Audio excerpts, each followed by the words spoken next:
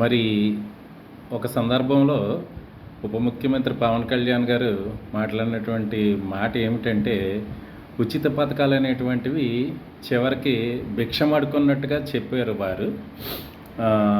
మాకు మొట్టమొదటి రాజ్యాంగాన్ని సమర్పించే సమయంలోనే డాక్టర్ బాబాసాహెబ్ అంబేద్కర్ గారు కోరింది ఏంటంటే, ఈ భూమిని జాతీయం చేయండి.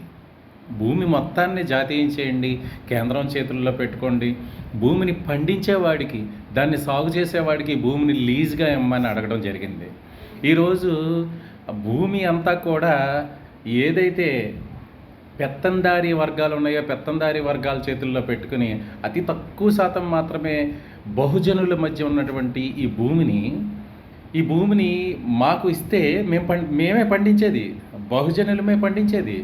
ఈ బహుజనులు పండించినటువంటి పంట కిస్తీయ రూపంలో కానీ, వేరే మగతాలు అనేటువంటి రూపంలో కానీ వారికి వేస్తే వారు హాయిగా ఇంటి దగ్గర కూర్చుని మెదలకుండా తింటా ఉన్నారు. మేము కష్టపడతా ఉన్నాం. అలాగే మాకు కావాల్సింది విద్య. మా పిల్లలకు కావాల్సింది ఏంటి? విద్య చదివించుకుని మా పిల్లల్ని ఉన్నతంగా తీర్చిదిద్దుకోవాలనేటువంటి మా ఆశని అడియాసలు చేస్తూ మీ ప్రభుత్వాలు, అంటే మీ ఇక్కడ వరకు ఉన్నటువంటి మీ వెనక జరిగినటువంటి అన్ని ప్రభుత్వాలు కూడా ఈ యొక్క విద్యని అమ్ముకుంటున్నాయి.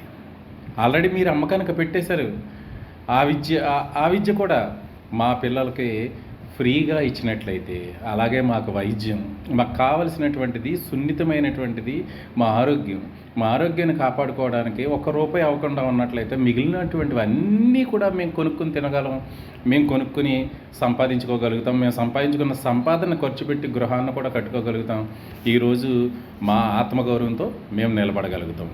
దయచేసి గమనించి మాట్లాడండి సార్ ఉప ముఖ్యమంత్రి గారు.